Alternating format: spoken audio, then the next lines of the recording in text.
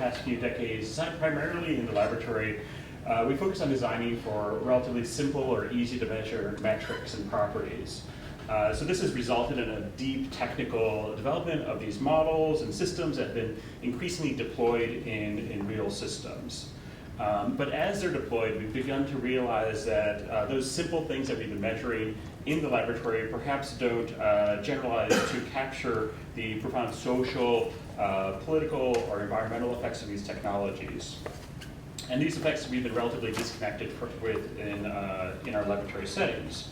So, however, we do know now that these technologies do have these broader impacts on politics, society, and environment in general. And so in order to address them, we need to approach them through a different lens, not just computer science.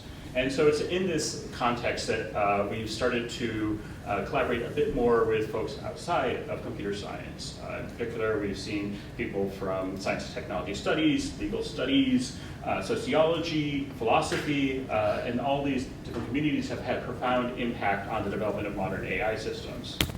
So it's in this vein that it's my pleasure to introduce Atoosa Kasirzadeh, who's currently a visiting researcher at Google Research, and prior to this was a Chancellor's Fellow and Director of Research at the Center for Technomoral Futures at the University of Edinburgh, and a research lead at the Alan Turing Institute.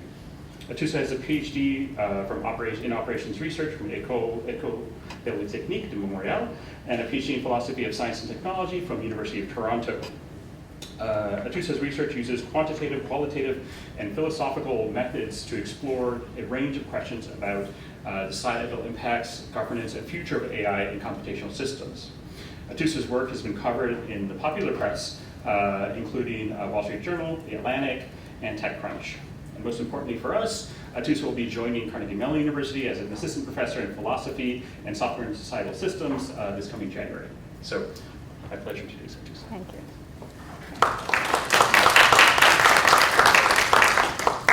Can you hear me well? Okay, hello everyone, and thanks so much, Fernando, for such a kind introduction. Yeah, my name is Atoosa, and I'm gonna start here in December. I'm actually based in Pittsburgh, but working for Google Research. So if any of the students or faculty researchers want to meet and discuss any of their interests, any potential collaboration overlap, I'll definitely be very interested in meeting and discussing. So please send me an email after the talk, after you learn a little bit about what I'm working on. Okay, so the talk that I'm gonna kind of give today is primarily about a range of questions, both technical and philosophical, on a very emerging topic in AI value alignment, which we label as Pluralistic AI Value Alignment.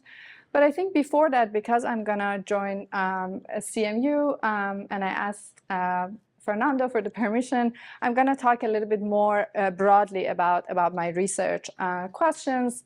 And I also wanna hire some research assistants after I join here. So I thought this is a great opportunity for me to work on that. Yeah, so as Fernando said, I started as an engineer, system engineer, and I worked in operations research or decision sciences. My PhD in operations research was a joint project with Air Canada. We were working on algorithm development for scheduling problems. And kind of towards the end of my PhD in operations research, I became very interested in these questions about how these algorithmic systems impact the real world and why we are developing algorithmic systems the way we are doing it. The reason for it was because we started with developing optimal algorithmic systems and we ended up with some heuristics. And so there were a lot of reasoning justifications that were going through this. And so then, yeah, I studied philosophy of science and technology, working on a variety of roles that applied mathematics and computational models play in modern computational sciences. And the past couple of years, I've been really trying to bring in my different backgrounds together to work on two kind of overlapping sets of questions in the space of AI ethics and governance. So one set of questions are really about ethical and safety risks, which relate to evaluation of ethical and safety capabilities of models, and focus has been primarily on large language models. And my work in this space has been really doing conceptual work and more recently like evaluation work, what sort of sophisticated evaluation techniques we require to properly, in a meaningful way, kind of measure the risk of these systems. And this cluster of my research also has been very much closely connected to policymaking environments. So when I was in the UK, I worked with various British policymaking institutes, like trying to bridge and bring in my academic research into what they were doing. And the other set of research questions are have been around value alignment for AI, thinking about AI as a cultural technology, not just as a specific algorithmic systems that we develop on our computers, but more as a systems that will have impacts in the real world. And we call it cultural technology because they both encode cultural values, but also they have impacts on culture as well. And the research in this space has been really focused on understanding the notion of value. What do we mean by value, but also how we measure them and how we develop kind of work. So a couple of collaborators, without them, I really couldn't do the research I'm going to talk to you about, from across different disciplines, different institutions, and also thanks to the funders of my recent research, Schmidt AI 2050 Fellowship and Google Research as well. Okay, so in the space of ethical and safety risks, I've started really looking at the ways we think about the risk of these language models. We hear about risk all the time: ethical risk, societal risk, safety risk, catastrophic risk, dangerous risk, existential risks. And when you look at the literature, it seems like many times actually people use these terms from various communities with various kind of like pointers or references to this source of risk. And it's sometimes okay to use the notion of risk, in a very like high level qualitative notion. But what happens is that many times people start quantifying this risk and putting probabilistic numbers on the specific types of risk. And that kind of move really pushes, I think, all of the mathematicians, philosophers to look at the question of what do we mean by risk and how we think about the relation between different types of risk together. So originally we started, in 2020, 2021, before all of us like feeling the impact of language models and generative models, like large language models more specifically, started working at taxonomizing of risk. What type of risk do we have, how we measure them, and what kind of mitigation strategies exist, what mitigation strategies are missing from the whole space. We looked into large language models and also text-to-image models. And then, let's say since a year and a half ago, people in the AI safety community started talking about existential risk. They were talking about existential risk before, but this notion really became very prevalent, and also a notion along with a couple of other notions that really, I think, divided a lot of researchers who were working on the responsible AI community. And so my work as a philosopher there was really trying to do some conceptual bridging and looking at different notions of existential risk and how they relate to ethical and social risk. And I think this is really important just to understand the bridging between different risks. Otherwise, I don't think my experience has been that responsible AI community, parts of it really, for no reason, has become divided. And so, yeah, that work that I did, I kind of also applied it to a very popular policy framework that big companies are putting out, including Anthropic, OpenAI, and Google DeepMind, called safety frameworks, frontier safety frameworks, or responsible scaling policies. And the idea really has been to kind of figure out what sort of measurement questions are unanswered in developing those policy documents. The policy documents are really great, and I think they can be improved in various ways. And so that's been the application of this work. And so then a couple of work in progress on this space really are about like the question of evaluation. So let's say we have this rigorous conceptions of risks, and we understand the relationship between these types of risks, so how we can kind of like evaluate them. So we look into a variety of ways that people are performing red teaming, for example, as a main method for evaluation, or various different benchmarks for evaluation. And the proposal is just to say, if we kind of try to embrace these evaluation questions from the perspective of philosophy of science and science and technology studies, what can we do, what is missing? And these discussions are done always in collaborative teams. So the idea is just to develop interesting concepts, but then also build interesting data sets, benchmarks on them.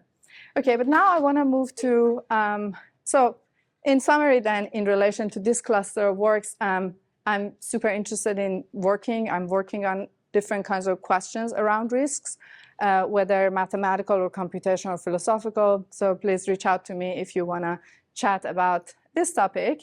But now I move to the second cluster of research that is going to be the main topic of the talk today, which is the question of value alignment for AI. And again, AI here, by that I mean AI as a cultural technology, not just as a technical algorithmic system. And then you might ask how AI as a cultural technology relate to AI as a technical system. Well, AI as a cultural technology requires understanding of AI as a technical system, but it also thinks about, as Fernando said, questions of deployment. When these models go in the world, there are so many things, like so many different things that the developers, the companies that develop the systems do not predict, how we have to kind of factor those considerations when we want to build these sorts of systems. On this kind of question, yeah, I've been doing work both like trying to apply some mathematical modeling, computational simulations to understand a variety of ways in which objective functions can be manipulated or gamed, but also really trying to look at a huge, super interesting literature in philosophy of science and philosophy of language, and with my political science collaborator from political philosophy to kind of think much deeper about these questions of good communication between language technologies and humans. What do we mean by this question? So it happens that philosophers have discussed these questions in relation to good communication, norms for good communication between humans or human societies. And here the question is how those concepts from those literatures that don't necessarily are read or discussed by computer scientists can be fed into this literature.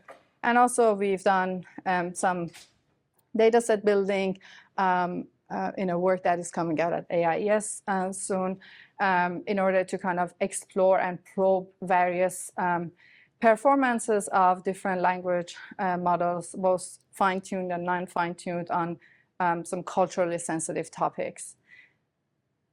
And on that, the follow-up on these topics are these two different projects that I'm going to talk about. And so the current project of mine in the space of AI value alignment, pluralistic AI value alignment, is to first understand what do we mean by value pluralism. I studied a couple of different projects that people are labeling as pluralistic AI value alignment, rightly so.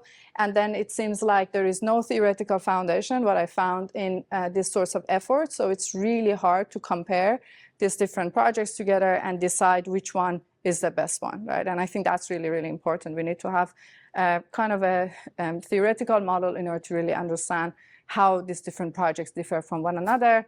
And then we are working on a project with a couple of computer science collaborators in order to really understand how we can design and elicit values in a more interesting, robust, stable way from public, from a group of people. Okay, so these are some of the representative works that I've read and have engaged with in my work on value pluralism and AI alignment. As you see, it's a very kind of like hot topic. There's a workshop coming out here at NeurIPS this year on pluralistic alignment. various different efforts by major AI companies, but also academic researchers on this specific topic. But of course, in order to understand pluralistic AI value alignment, we need to start from AI value alignment and think about what is this problem and how pluralism fits into all of this. So this is going to be like a sort of a classic traditional story of how AI value alignment came about. You can write books. Historians are going to write books about what AI value alignment really is about. But I guess it is fair to say that a lot of people, including novelists and literary critics, Samuel Butler in 1863, have been thinking about this question of what happens if we develop these machines that are going to gain control over us? What should we do if those situations happen? And look at the date of the publication of this media piece called The Press, which was published in New Zealand, 1863, long before AI and long before lots of digital technologies. So here, the thought, again, keep in mind that Samuel Butler is a novelist and a literary critic. So his stance was yeah, we need to think about this question, but maybe actually we have to kind of destroy these systems, because otherwise there would be this very sophisticated problem of them controlling over us, right? And then 1863, long before super intelligent kind of work and other works that I'm going to talk about. And then Alan Turing famously also in 1951 in this specific discussion program raised this question that, okay, we are making this machines that kind of think, and so we can think about them as this reasoning machines, and so they can do a lot of things. They are becoming more powerful and more powerful in performing various sorts of reasonings, and so at some point it might be that it is not kind of wrong to say these machines are going to take control over us. So this question of machines taking control over us has been around. And then we come to 1960s, Norbert Wiener, one of the founding fathers of cybernetics, that is really the whole theory behind reinforcement learning, wrote a couple of super interesting reflections about the ethics of automation. He was a father of cybernetics, wrote a couple of famous basic books about cybernetics. And basically cybernetics, the time was when you have different systems, they're situated in environments, receive feedback from environment, how have to think about the systems, how we have to mathematically model the systems, etc. Just really, to me, seems theoretical foundation of reinforcement learning. So he wrote this wonderful piece that I really recommend you to read, and it's called Some Moral and Technical Consequences of Automation. And in this book, in this paper, he says, if we use to achieve our purposes a mechanical agency with whose operation we can't interfere effectively, then we had better to quite understand and make sure that the purpose we put into this machine is the purpose which we really desire. Okay, so he kind of came a little bit more concrete from this question of we want to control these models, and then he came to this question of, okay, how can we make sure that the purpose, the goal that we put in these machines are kind of our purpose, the purpose we want as humans. And then finally, I think the last kind of quote coming from I.J. Good. He was also a wonderful mathematician who worked with Alan Turing. And in this rather long paper, which is titled Speculations Concerning the First Ultra-Intelligent Machine, 1966, he also kind of discussed this idea of we need to make sure that this ultra-intelligent, at that time, speculative machines that we are kind of developing can remain under our control. So the questions around, well, what should we do with us going through this whole pace of developing more and more sophisticated models, more powerful models, has been around since, as you see, 1950s. And then I'm making a huge jump from 1966 to 2019, where this book came out. But yeah, we don't have time to go through all of lots of very important authors that also definitely inspired Stuart Russell and all of us who work on value alignment. So in this book, which is a very kind of foundational, impactful book, Stuart Russell kind of looked at this whole question of like control and alignment, and he sort of suggested a kind of a theoretical proposal for how we have to think about it.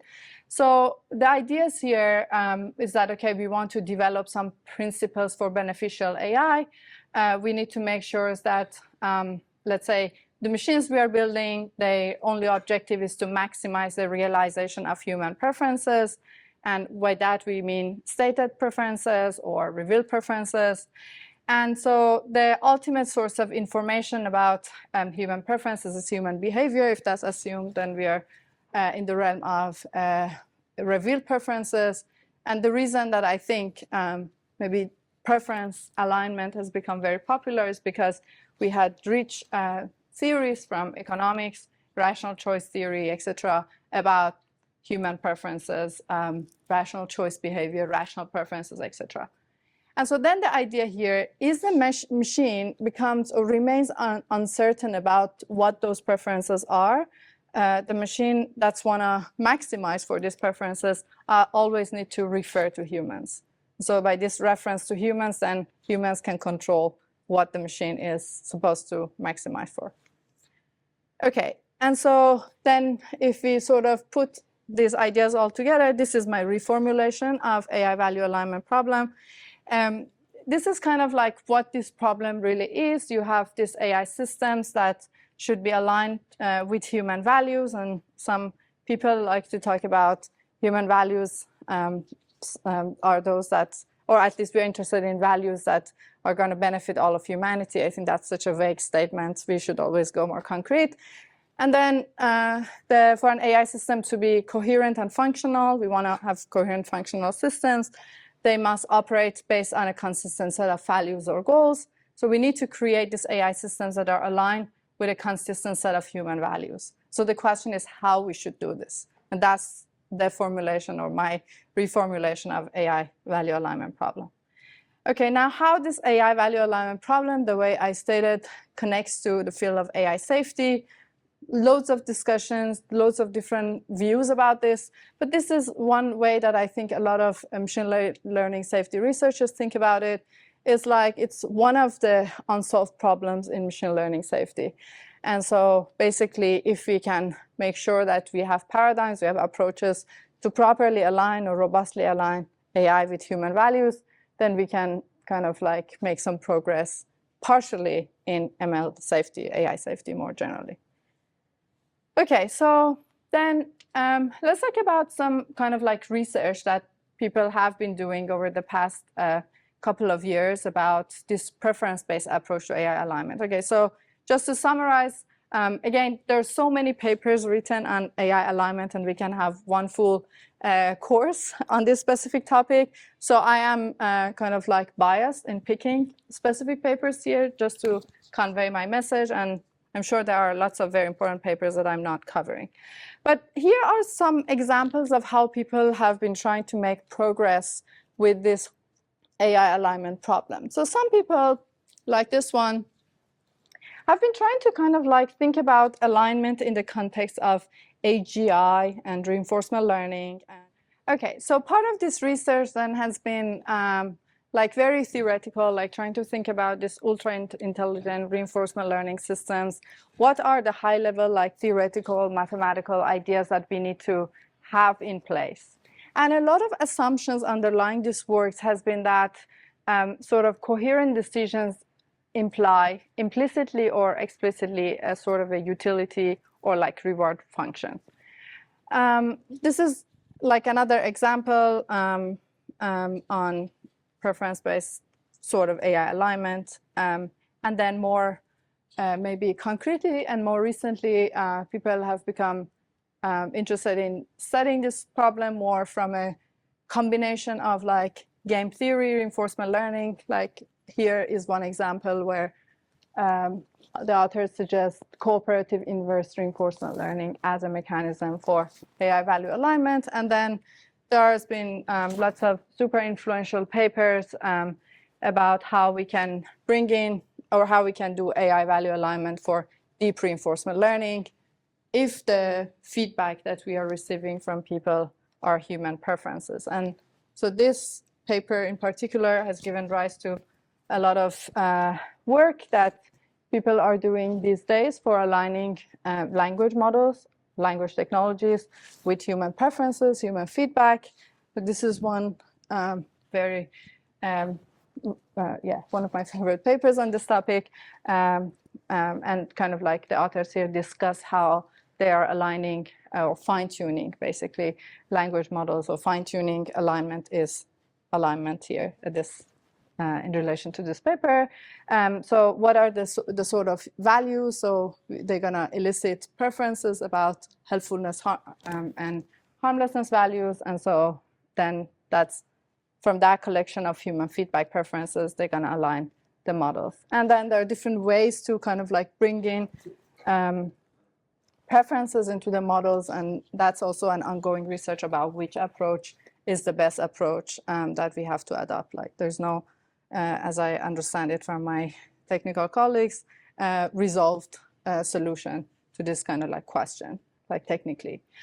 Okay, so that's great. But then since last year, a lot of researchers started questioning this whole like preference-based approach to AI alignment.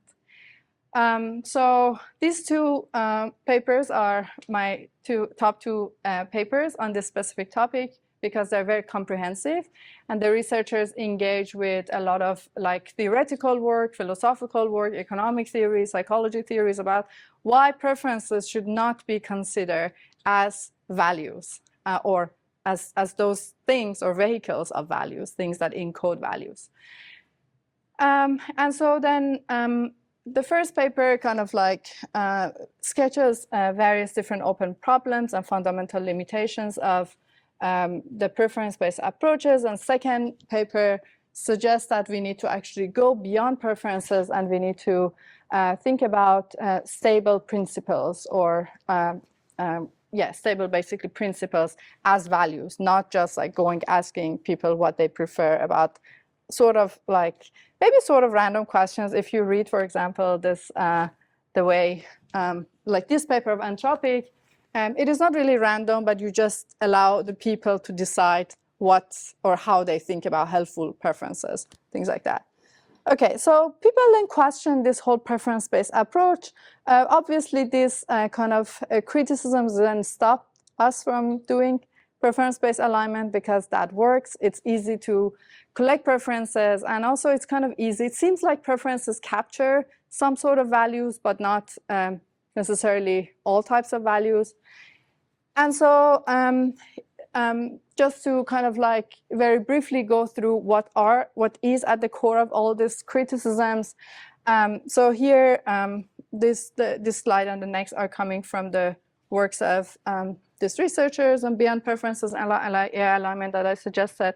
So they kind of say, look, whenever you are doing this preference-based AI alignment, even if computer scientists don't explicitly acknowledge, they're making these sorts of assumptions about how preferences relate to human values, right? And so some of these assumptions are that human decisions are well modeled as approximately maximizing the satisfaction of preferences and like approximately represented as utility or reward functions. Rationality can be characterized as the maximization of expected utility, and AI should be designed and analyzed according to this standard. And for an AI system to be aligned to a single human, it should act so as to maximize the satisfaction of the preferences of the humans.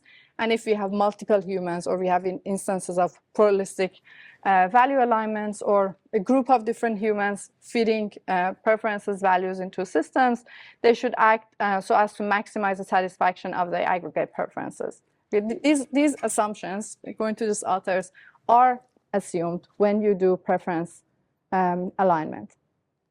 And here are 4 core problems that kind of we can raise against preference-based AI alignment.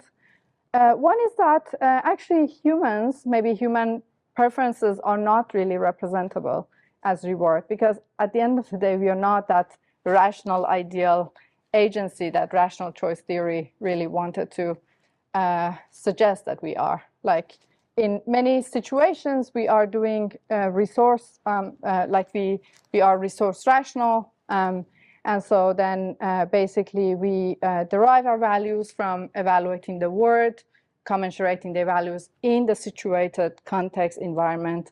And also the way we are going to give these sorts of values cannot be easily approximated even with a utility or reward function. That is one criticism.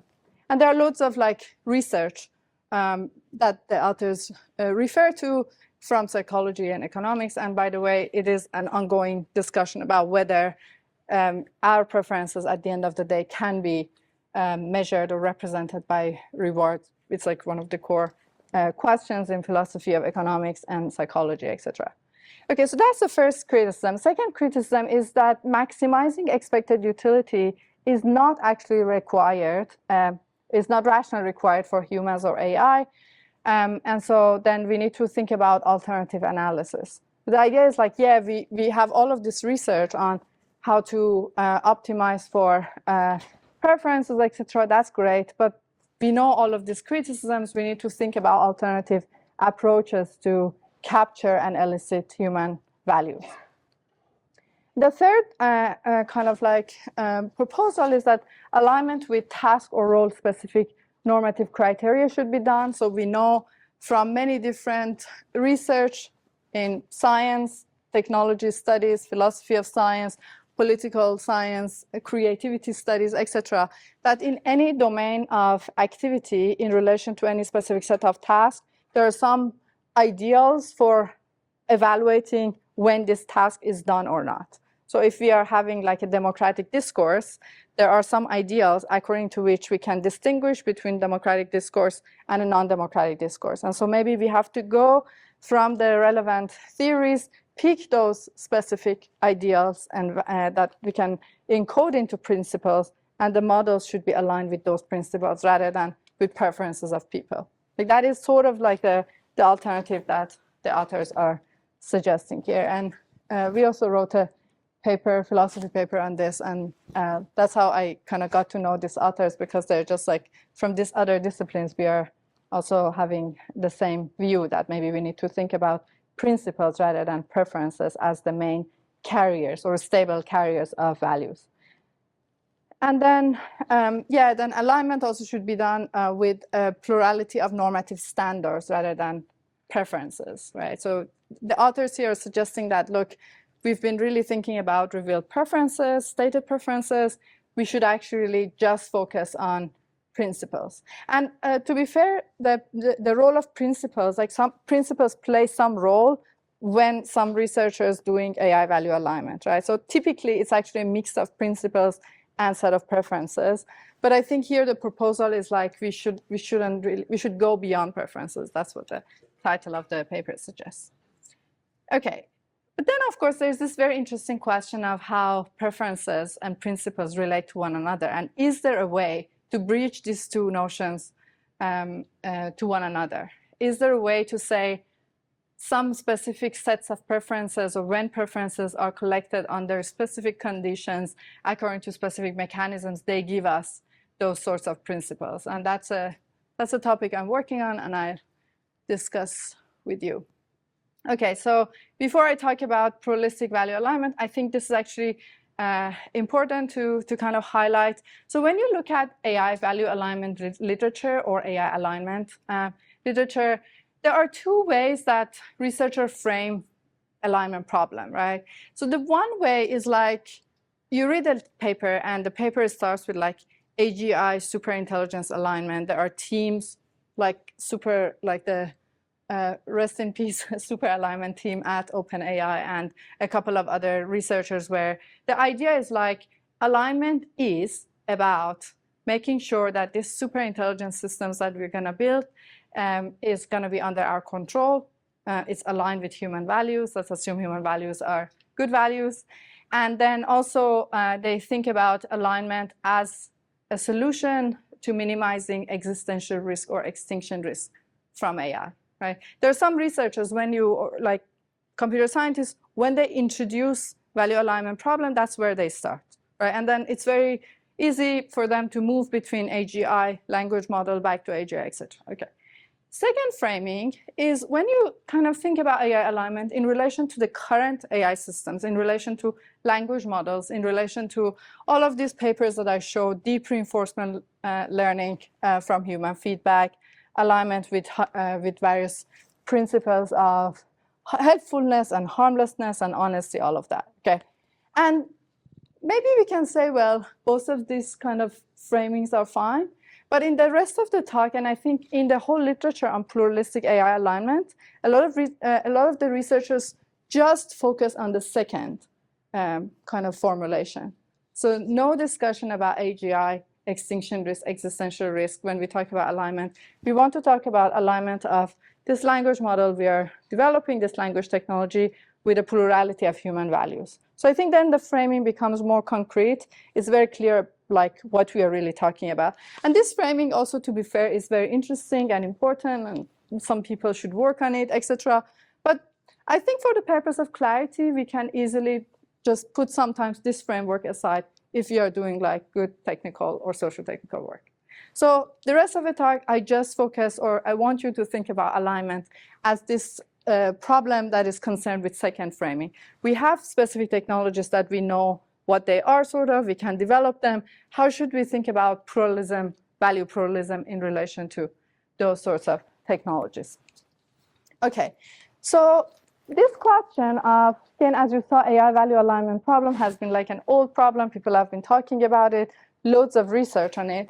But the pluralistic AI alignment problem also has been around, but on this specific form kind of came out like since a year, 2 years ago, where like some researchers in collaborations with AI companies like Anthropic and OpenAI started thinking about the ways in which we can bring in the perspectives or the views of people who are out of these companies to the process of AI development.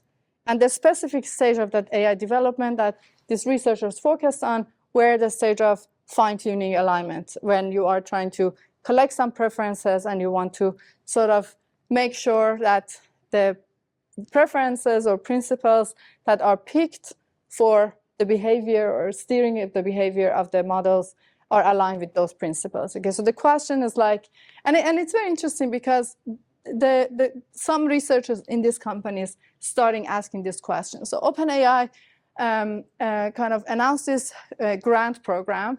And so here they said, okay, we want to solve the problem of, okay, how AI should be aligned. And we want the AI to be aligned with values of humanities. And so now we want to kind of fund some research projects that tell us how we have to bring in democratic inputs to AI. So democratic inputs, I think, in general here, it meant how we can bring in the perspectives of different people into the way us in these closed companies are doing alignment. 10 different teams produce research. I'll talk about one of those works. But this is another super interesting, very well documented paper that came out from Anthropic in collaboration with Collective Intelligence Institute. And they also went and discussed or asked the perspective of different sorts of participants and tried to figure out how the participants who are outside of, they selected participants who are outside of these companies think about constitutions or the principles that, for example, Claude or other models are aligned with. And then one of the results that they reported was that they figure out that there is a, depends on how we kind of interpret the result, but there's a significant difference between what this, the sample that they picked, how their perspectives about the principles differed with what the developers picked. Yeah, so that was very interesting. Like how, then what should we choose? Let's say we have two different sets of ideal principles. What should we pick? And then other researchers try to experiment with other ways of thinking about value alignment, again, from perspective outside of the companies. This is a super interesting paper that was co-authored with some researchers from OpenAI. And here the authors kind of suggest that instead of thinking about preferences as the carriers of values, we should think about moral graphs as the carriers of values. And they design their conception of moral graphs according to some philosophical theories of values. Okay, but they didn't really, in this work, train a specific model on this moral graphs. So then I think one open question is like whether the model would really learn moral graphs, like we need to evaluate that. Theoretically, super interesting idea. In principle, would the model really learn a moral graph, or what the model is going to learn if we give the model moral graphs instead of like preferences? And then the last two works, again, this one came from Google DeepMind. Our authors started experimenting with how we can bring in different perspectives, a plurality of different communities' perspectives into AI alignment. And then this other paper that also came out, super interesting one, suggests a roadmap for measuring pluralistic alignment. Okay, so you see it's like a very interesting topic. People are talking about it.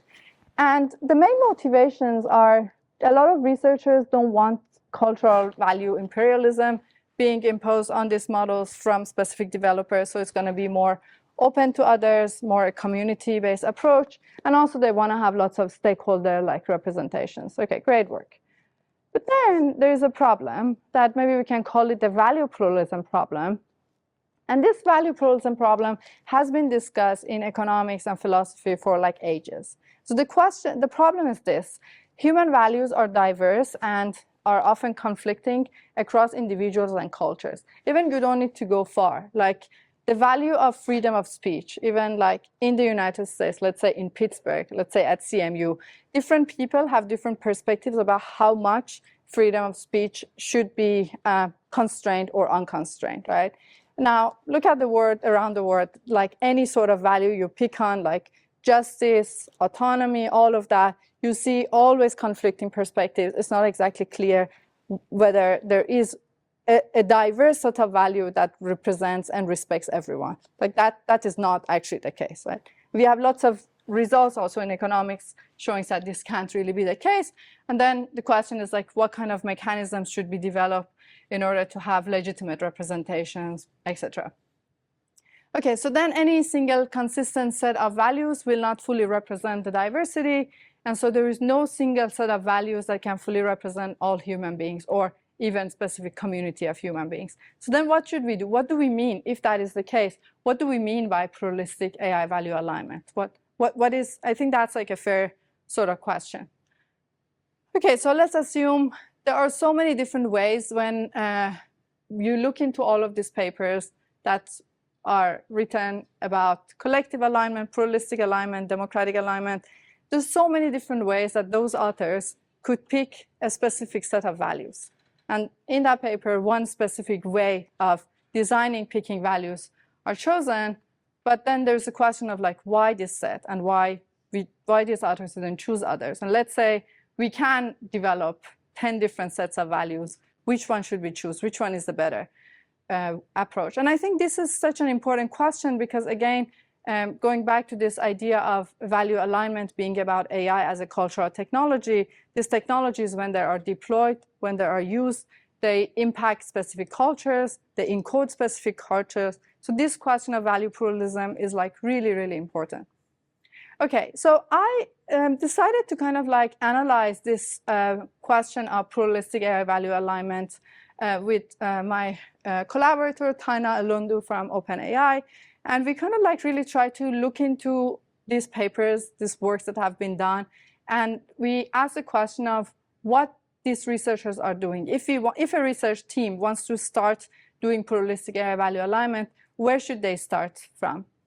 And so we ended up with this kind of like framework, which tries to think about value pluralism across these dimensions. But the idea is like, when you want to develop or build a pluralistic AI, value-aligned AI, you need to make decisions about these kinds of topics. And it's not exactly clear. Maybe that's like a question we're working on. It's not exactly clear which of these, the choices are the best ones. The reason for it is that we have different ways to think about legitimacy of these choices. And so it's like a way that we try to kind of deconstruct or decompose or analyze what this whole project, exciting sounding project is all about.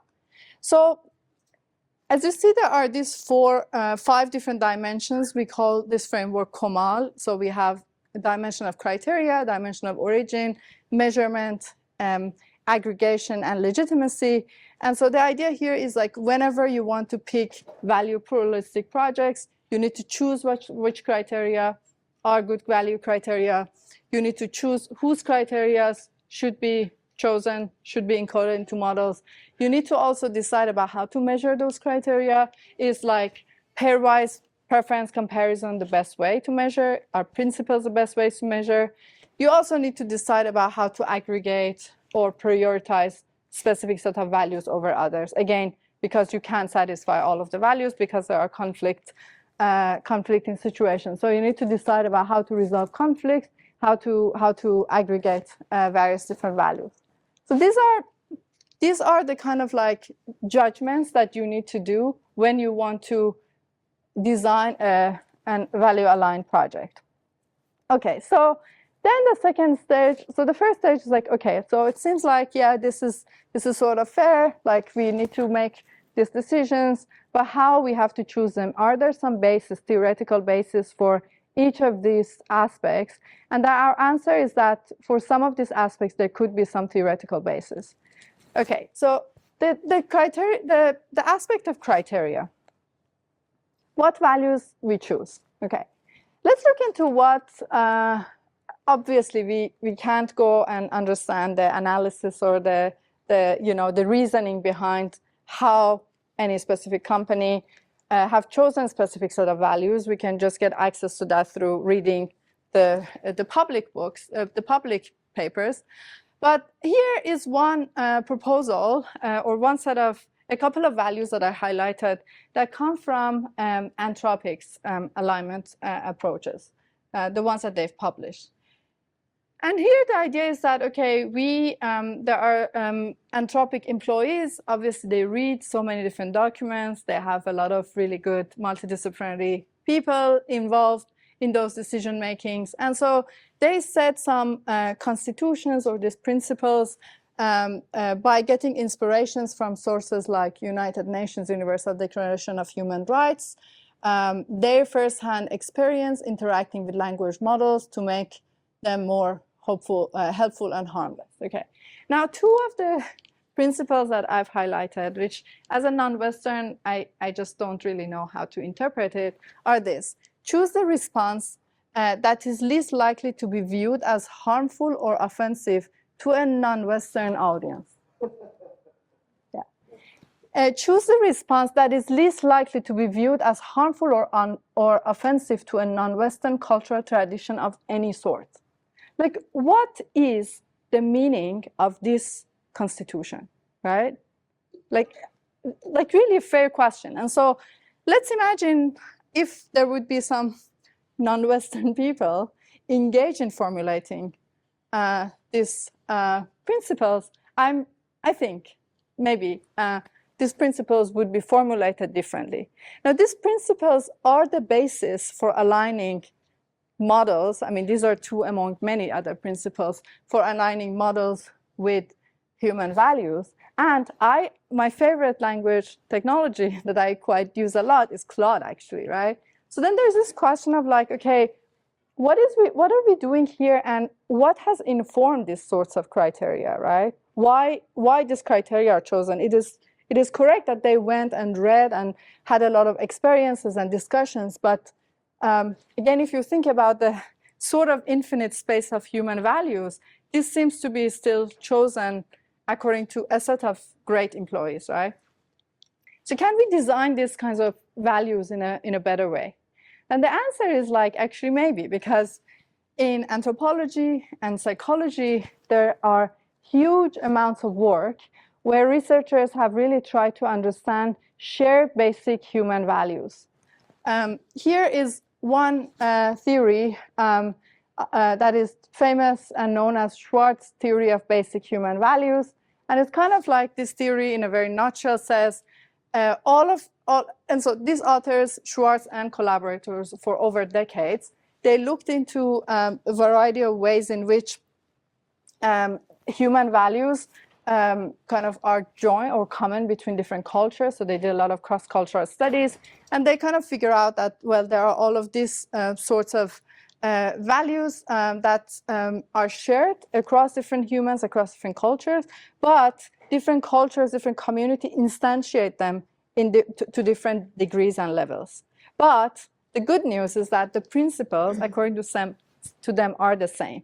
So then one idea, one idea for designing better criteria for pluralistic value alignment is just to start from these principles and then come up with an interesting structured approach for different principles for aligning with human values. And then we think about, okay, which culture, which community wants to instantiate them differently. But at least the basic principles we're working on are kind of like rooted in some structured work about what values are.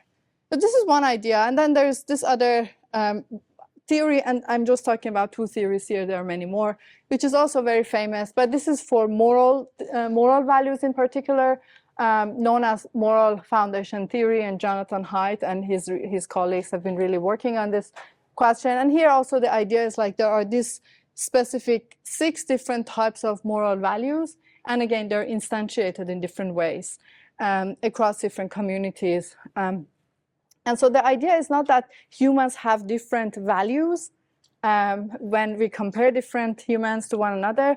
Humans have different degrees of values on a very specific, basic, joint set of values. Okay, so this is our one suggestion that we have and we're working on. Like, can we come up with a set of criteria that is more theoretically founded when we want to align the systems? But obviously, we can't ignore that a lot of the decisions that are made when final set of criteria are picked also informed by various different feasibility constraints about like how the model performs across this set of values, across the other set of values, etc. But I think it's really important to bring in more theory and rigor to the way we are thinking about these questions. The second question is the question of whose values. Again, we know according to value pluralism problem, we can't bring in all humans on the table. But typically what happens is that specific groups of people are sampled. But it happens that there are many different sampling approaches, and each of these approaches has their own pros and cons. So our kind of claim here, we don't know which approach is better, but we just wanted to bring to attention that just sampling itself is not an easy process, and it needs to be done in a very informed way, and justifications for why specific sampling technique is chosen as opposed to the other needs to be given. This goes back to this question of like legitimacy. Now, the measurement question is a question that we are working on these days. And then, of course, there's this question of like, should preferences carry values? Should stated preferences reveal preferences? Moral graphs, capabilities? And it seems like there's not much of a connection, clear connection between eliciting preferences and these other approaches to, that suggest we have to go beyond preferences and use principles. And so we are working on a couple of tests and studies to see how we can connect revealed preferences to some stable principles. So instead of just eliciting preferences, we are trying to think about ways to elicit stable preferences. So instead of talking about revealed preferences, we want to kind of elicit stable revealed preferences. And the approach that we are using here is that we are trying to elicit preferences from specific groups of people according to different counterfactual scenarios. So we ask them about like what your preferences is at point 1. Then we present them with counterfactual scenarios, like we change specific contextual information about the situation, and then we see whether the preferences of this person is changed or not, and then we compare with the previous response. So this is like a sort of an ongoing project, and our hope is that we can kind of come up with some mechanisms for bringing in or designing stable preferences. So instead of going beyond preferences, we still remain in the preference alignment paradigm, but we work with stable preferences rather than just simple revealed preferences. And then there's also this other question of, very important question of how we prioritize values. Let's say group A aggregates the value of 1 million people, and then there are some conflicts between the values of the 1 million people together, but also conflicts between what the developers value and what those people value. And in these kinds of situations, some priority decisions need to be made, value trade-offs need to be made. And there are two different approaches that people try to resolve or address this question. One is like they try to bring in approaches like social choice theory, results like Vince Kasirzadeh has written a lot of stuff about this, and we discussed. But there's this other community of researchers who think about aggregation more from a qualitative perspective. So they're trying to think about, okay, how can we use deliberative democracy approaches in order to aggregate values? And so most probably in March or April, we will have a workshop at CMU. So stay tuned. We want to like bring in these communities together and see how we can or should think about this aggregation stage in a more careful way. Okay, and then there's this super hard question of like legitimacy. Seems like different legitimacy can come from different sources. You know, it can come from institutional power. It can come from traditional authority. Lots of communities like to still stick to those specific sources of legitimacy. Or it can come from democratic processes, social contract theory, popular consent, etc.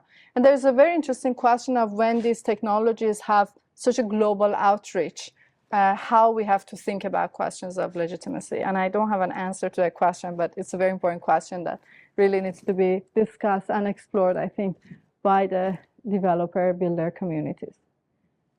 Okay, and then there is this question of like, how are we going to measure? Or like at the end of the day, how are we going to evaluate and compare these different projects with one another? It happens that I think we can't just say this project is more value pluralistic than the other, because value pluralism, as we've discussed, should be explored and examined across different dimensions. And we are trying to think about some, like we have some preliminary work on developing some benchmarks for how we can compare value pluralism across different models, but really work in progress. Okay, so here are some open questions. I think a reiteration of what I talked to you about, like how we have to represent human values and measure them, especially in relation to stable preferences. I would love to talk to any of you who is interested in exploring the space. And then there's this other question of like how we have to bring in, design this criteria, the principles. I talked about Schwartz theory as one approach, but again, there are other ways to explore this kind of question. And then there are, I think these are like less developed, but like future questions about how we can think about these value alignment questions in the context of multi-agent systems. And yeah, thank you so much for your attention. We have time for some questions. Let's start with Jeremiah. So this is maybe a practical question relating to the four different foci that you proposed for how to study value alignment. To what extent do you think that those foci kind of intersect and overlap? And do you believe it's really possible to work on a single one of them at a time, or do you need to be working on multiple? Sorry, which was the reference? Sorry, so like the chart that you had where you had like value pluralism and then four different foci. Yeah, yeah. Okay, yeah. And then the legitimacy. So my reaction to this is that it may be impossible to truly focus on a single one of these at a time. Because, for instance, measurement and aggregation Yeah. have theoretical results that show that certain types of measurements are only valid for certain types Yeah. of aggregation methods. So how do you, like, do you think it's possible to work on these just one at a time, or do you have to sort of take a broad view that as you work on any one? Yeah, this is such a great question. And so the reason that legitimacy is actually connected to all of these aspects or dimensions is, I think, one reason that I wanted to suggest that there is interconnection between these different types of issues. I think for some of the questions, we might be able to study them like independently from the others. For example, in relation to criteria, if we look into Schwarz theory or moral foundations theory, we can really think about a set of criteria based on those specific theories. But then, of course, then this becomes a question of how are we going to measure? And it's not just a theoretical question. We want to measure them in a way that our models and our systems are functioning also in a useful way for the users, right? So I kind of like at this stage like analyze this or put this kinds of question independent from one another. But again, remember that there are all different aspects of value pluralism. And yeah, definitely, I think maybe I should just add some arrows between these different or hypothetical arrows between these different dimensions to kind of highlight that, yeah, exactly, these issues are kind of connected to one another. But still, I think still you can discuss the question of like origin maybe independent from measurement, but measurement and aggregation obviously are like really interconnected to one another. Really good question. Yeah, thanks for the talk. I had a question. So you mentioned that you want to ground your norms in like the short value survey and or foundations. One potential issue is that like in like human chatbot interactions, like a lot of these values don't really apply to the interaction. How do you kind of like come back to these to like specific chatbot behavior if you want to prioritize for everyone? So I think the proposal that I had here was like sorry, can you repeat your question? So I'm sure. Oh, sorry. How do you kind of like apply these value frameworks to the specific case of like human chatbot interactions? Or they might not directly apply? Yeah. Yeah, great question. I think I haven't thought about the question of like, so obviously if we have these specific sets of values, we can measure how humans are performing across in interaction with the chatbot across these models. But I think the question I've been thinking about is like, when we want to design the values or the criteria right at the beginning, how the Schwarz theory or moral foundation theory can help us to come with the first sets of principles that we're going to use. Yeah, but your question is very fair. I haven't thought about that much. Other questions? Yeah. So you discussed the cases like collective constitution AI. Yeah. Can you speak a little bit louder? Yeah, the anthropic example of like collective constitution. So in that case, there's like public input on writing the constitution, but only Anthropic can enforce the constitution. Yeah. And like, how do you, what happens when something goes wrong, but it's still in Anthropic's favor? The constitution is wrong. Yeah, this is a great question, and I think the aspect of aggregation is exactly supposed to address this complexity.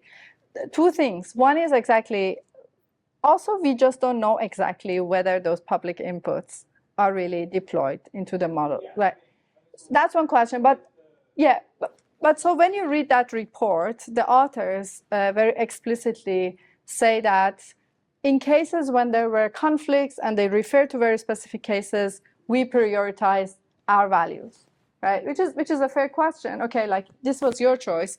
So now if we have like some open models, who is going to decide about which values should be chosen? And again, to be very fair, I think my point or our point with Taina for developing this framework was like just to show that this is a much harder problem than what some people might assume, that like we go ask perspective of other people, we bring them into the development of the models, now we have a pluralistic model or something. No, actually, you need to make a lot of other decisions that impact the way the perspectives are included or not. Yeah. So just a follow-up. Like, I think the specific question was, in that report, they said that when values conflict, we prefer we act according broader question is like, is this a form of like AI alignment or trying to make these deployed agents more like behave in some ethical way, or is it like just user input to building a better product? Like how are these two? Like is it just that, or does it like contribute to the alignment project? If at the end of the day, like Anthropic is just using that as feedback on how it's fun. Yeah. Does or should be. Again, this is an excellent question, and I think depending on how people answer to your question or companies answer to your question, they reveal how they're really thinking about the seriousness of taking public inputs into AI alignment. Now, there's this other very important question that I didn't have time to discuss, which is that in the pluralistic AI value alignment, a lot of people are not necessarily concerned with some of the safety kind of questions that motivated the AI alignment project at the beginning. So some people could say actually in some domains we should not go pluralistic because we want to have just a perspective of experts about topic A.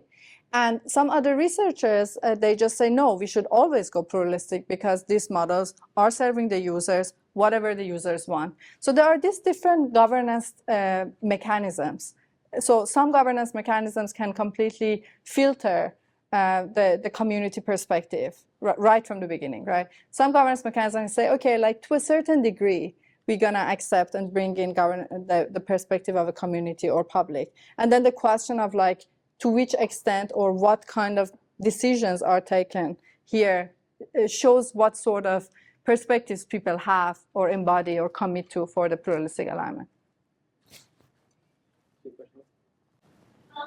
Okay, so kind of building off of that a bit, there keeps coming up this tension between individual human preferences and the idea of a pro-social shared set of values. But the products that exist right now, the generative AI, the large language models, mid-journeys, these are fundamentally products that are built for an end user. And the concern I have is that for all we can build these frameworks here, the corporations who are pushing this technology have a fundamental focus on the bottom line, the end product. And to that end, I'm not sure that it's possible to divorce and appeal to individual preference from their business model, because what they are selling is something that is useful to you specifically and individually the consumer. So I guess my question is, how do you deal with that if that's so fundamentally incompatible to building responsible, intelligent? Yeah, great question. So I think maybe there would be like a sort of a self-fulfilling kind of like loop here, because you're totally right that these companies want to target the individual preferences of the people the way we are experiencing these models today. But the reason for that is that they are also using reinforcement learning from human preferences. So the method that they are using in order to fine-tune the models refers to human preferences, individual preferences. So the preferentist approach to alignment is encoded into how these companies are performing. Now, we could say, but maybe actually the justification for that is like a lot of financial, like other incentives. And so that's how this game is gonna go forward.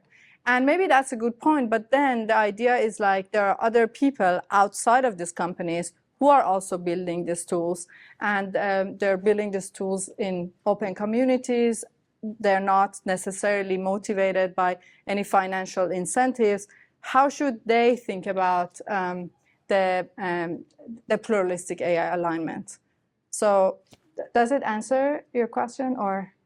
One of the examples I would jump to is the way in which people have been experimenting with jailbreaking generative text models to things like, okay, this model is not supposed to give people an instruction from a home. Like that's probably like a agreement about that. But people are still able to work around safeguards like this. And my concern is that those safeguards may always be inherently flawed as long as there is a drive to fulfill the prompts that users need. That this must be baked into the process of what this AI is and does. That creates an individual perspective that can override even preferences. It's just kind of it. Mhm. And so then the question is, maybe this framework does not, like maybe this framework is presumed by the companies, or maybe the framework doesn't apply to what the companies do. Is that? It's kind of like, I was sort of thinking about, like, you brought up principles of beneficial AI, and I was also thinking of, like, the Asimov principles of our lives. And I'm sort of wondering if we might be getting a point where we see that these different rules and principles are inherently incompatible. And this might be an early example of a case where you can't have an AI that will do no harm, but also obeys user. Yeah. Yeah, I think I totally agree with you. And I think, I mean, again, a lot of communities have discussed, and I'm also not a machine learning. I didn't grow out of a machine learning community, so I'm sure there are loads of work on aggregation, trade-offs, etc., from also within machine learning community. But as a person who's been working on this AI value alignment research, and I've been gone to lots of like technical events, but also non-technical events, I feel like exactly this question of value prioritization has not been discussed so much. And maybe the way we decide about these value prioritizations, and the value prioritization matter because there are value conflicts, because there are all these impossibility cases of satisfying preferences. And maybe one analogy with all of these studies, like kind of is similar to like fairness, like impossibility results. Like the idea was like, we have all these ideals for fairnesses, and let's have a model that satisfies all of it, and then loads of results showing that it is not really like clear. So maybe it's very interesting to go back and see after those impossibility results came, what happens to our understanding or discussions of like fairness, and see if those lessons actually can apply to these cases. Yeah, really good point. Thank you. Okay, I think we have time for one more question. Simran, I saw you had your hand first. Sorry, Faith. Yeah, so I try to take a step back and think about like definition of values and what is the set of values that we should work with. So we refer to I think what foundation theory and philosophy. And I'm wondering how many like possible applications or scenarios or questions people will come up with when interacting with these systems. Do these basic human values possibly come with? How much of the time can these basic human values will fall for it to address and be like aligned in all possible scenarios? Yeah, this is a very good question. I mean, I have asked a lot of like researchers about whether there's a standard hierarchy of values, because I think hierarchy of values, if we had such a thing, would be like super ideal, because then we could start from some super high level like values and then go into like more concrete cases. It seems like my understanding, we don't have like a hierarchy of value that is being used. So like in the context of like harmfulness, like helpfulness, harmlessness, kind of like alignment approach, we even see that the researchers say we don't even give the definition of what is helpfulness or harmlessness.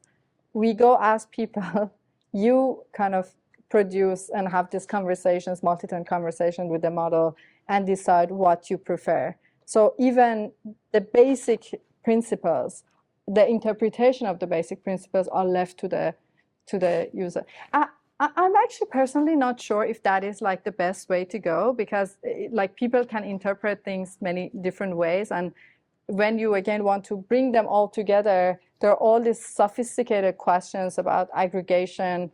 Maybe we need to kind of like study them like more mathematically and just look at the different spaces that they are produced from different values in relation to one another, interpretation values in relation to one another. But I think, yeah, I think these values themselves are very like high level, but we can think about specific scenarios that can instantiate these values. And then maybe you can just have like a hierarchy, and then we can give those scenarios for preference elicitation approaches. But, you know, at least there is a sort of maybe loose background, but a loose kind of like theory behind how we generate and produce values.